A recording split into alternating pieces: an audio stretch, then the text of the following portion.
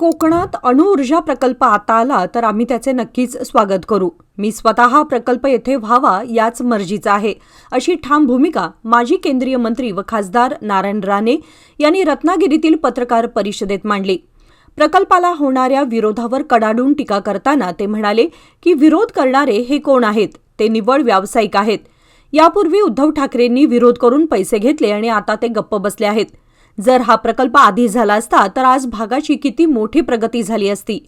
वीज निर्मिती करणारा प्रकल्प कोणीही करावा असे सांगत त्यांनी आंदोलनकर्त्यांना थेट आव्हान दिले की सारखं आंदोलन काय चेष्टा लावली आहे. विरोध करणाऱ्यांनी हिंमत असेल तर समोरून आंदोलन करावे, मग मी काय करतो ते बघा, कारण किती वेळा समजवायचं, अशा अत्यंत सडेतोड शब्दात राणे यांनी प्रकल्प विरोधकांचा समाचार घेत इशारा दिलाय.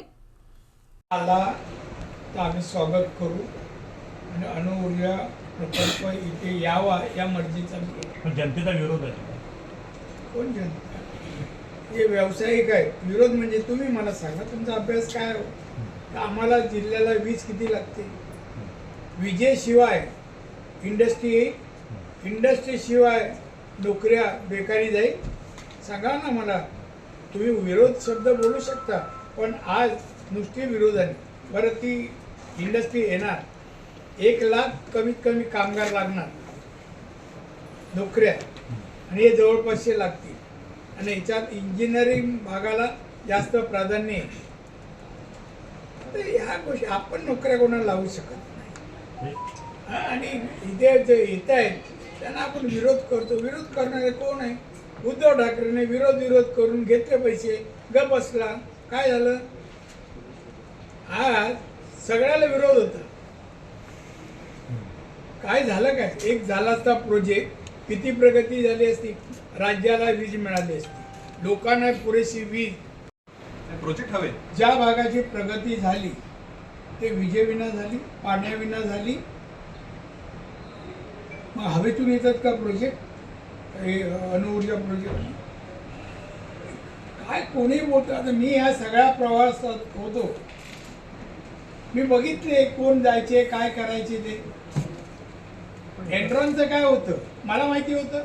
पैसे घेऊन जाणारे कसे जायचे, गाड्या लावणारे कोण माहिती आहे, कोणी कोणी गाड्या लावल्या त्यावेळेला. पण दादा ज्या ठिकाणी आता लोक किती वेळा समजायचं, किती वेळा समजावायचं. आणि हे बघ, आपण प्रोजेक्ट कोण घेऊन जायचं, तुम्ही नेणार, ह्याच्यामध्ये काहीतरी पाणी, प्रत्येक वेळा आरोप ह्याच्या पलीकडे आपण काहीच करत नाही. तुम्ही एखादा प्रोजेक्ट आणा कोणीतरी, किती पण मेगावेट असो, 25, 50, 100, पण वीज तर पाहिजे ना. वीज जेव्हा कमी पडते तेव्हा भाव वाढतात, एवढं तरी खरं आहे. आपल्याकडे स्वस्त वीज पाहिजे. तर बरं, आपल्याकडे पाऊस आहे, विजेचा साधन आहे, पाण्याची वर वीज म्हणू शकतो. या ना, तुम्ही अभ्यास करा ना. आज आपली काय अवस्था आहे? थोडे दिवस हा पाऊस पडला नसता तर आपली लाईट पण गेली असती. नको ते नादाला आहे, कोणाच्या लागू नका. बंद बोलले ना त्यांनी म्हणा आंदोलन करा, मग मी समोरून काय करतो ते बघा.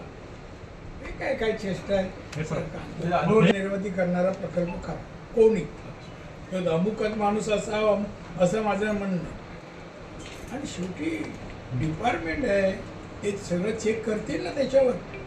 प्रदूषण किती होईल, काय होईल, काय